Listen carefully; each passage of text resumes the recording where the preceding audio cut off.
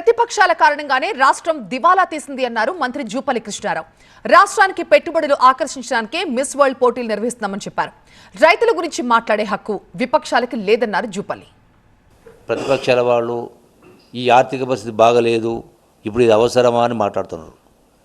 ఆర్థిక పరిస్థితి వాళ్ళ 10 సంవత్సరాల ఎంత గొప్ప పరిపాలన చేసిండ్రో, అప్పులు కుప్ప చేసిండ్రు కాబట్టి ఆర్థిక పరిస్థితి బాగలేదు కాబట్టి ఈ ఆర్థిక పరిస్థితిని సరిదిద్దడానికి చర్యలలో భాగంగా ఇది కూడా ఒక భాగము. ₹1 పెట్టుబడి లేకుండా ఇప్పటిదాకా మేము పెట్టేది 5 కోట్లే. ఈ 5 కోట్లు కూడా తిరిగి వాపసు రావచ్చు. మిగిలిన 22 కోట్లు మేము పెట్టుబడి పెట్టాల్సిన అవసరం రాకపోవచ్చు.